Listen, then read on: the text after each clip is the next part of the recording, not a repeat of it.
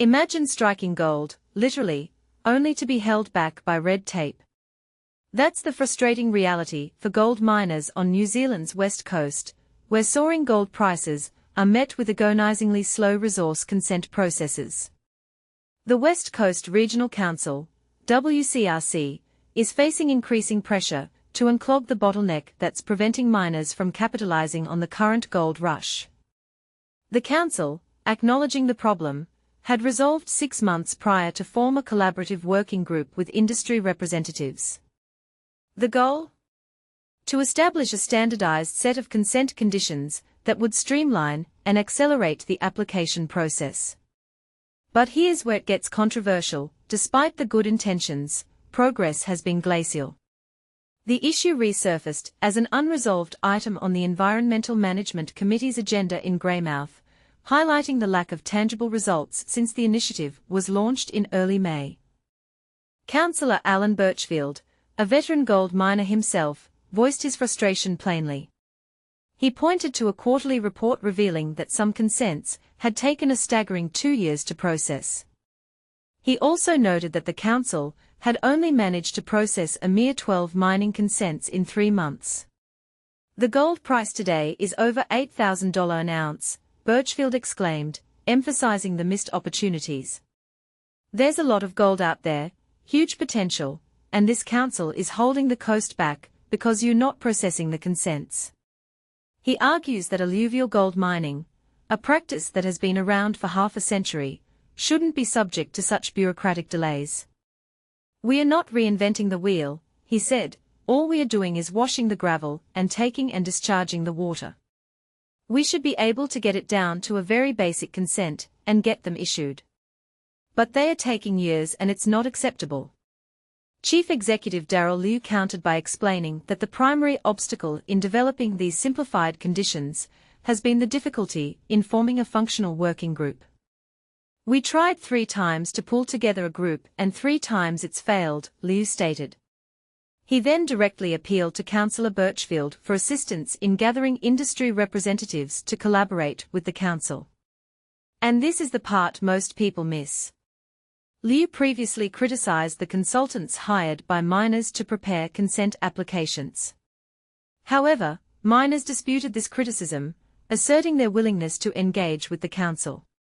Liu clarified that previous attempts, spearheaded by former WCRC Chair Peter Haddock, to establish a working group had also been unsuccessful. He emphasized the council's desire for collaboration, stating, "We don't want to develop these standard conditions and just issue them, we want to do it with the industry rather than to the industry. We realize many of the alluvial gold miners know their business very well, and what will and won't work, and we've got to make sure the conditions are practical." He acknowledged the need for updated regulations for alluvial mining, which were last revised 30 years ago, but stressed the importance of avoiding inefficiency or hindering legitimate mining operations. Councillor Andy Campbell raised the question of how upcoming Resource Management Act, RMA, reforms might influence mining consent conditions. Liu responded that while specific details were still unclear, the fundamental aspects, such as dust and noise limits, and discharges into waterways, would likely still require resource consents. There's nothing we are seeing in the early signaling to say we are just going to make all that permitted and you can do what you like, Liu explained. I think everyone would accept you can't just do what you want with those sorts of matters, especially with neighbors, but it does need to stay pragmatic. Campbell agreed that simplification was key, not deregulation. Committee Chair Chris Cole pointed out that the new Te Tai Putini plan represents progress by establishing mining precincts.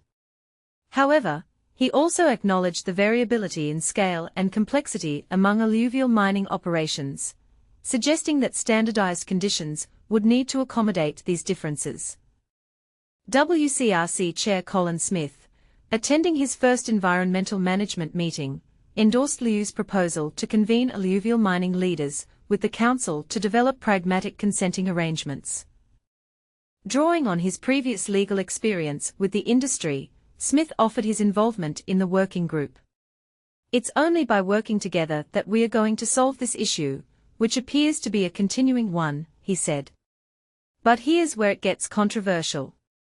Councillor Peter Ewan cautioned that the miners participating in the working group should accurately represent the industry, preventing it from becoming a deputation of the disgruntled. He also pointed out that the WCRC's resource consent fees are the lowest in the country and competitive with Central Otago. The meeting concluded with the approval of a suggestion from Liu and his staff to task Minerals West Coast manager Patrick Phelps with organising a group of alluvial miners and consultants to collaborate with the council, providing guidance and ensuring industry buy-in.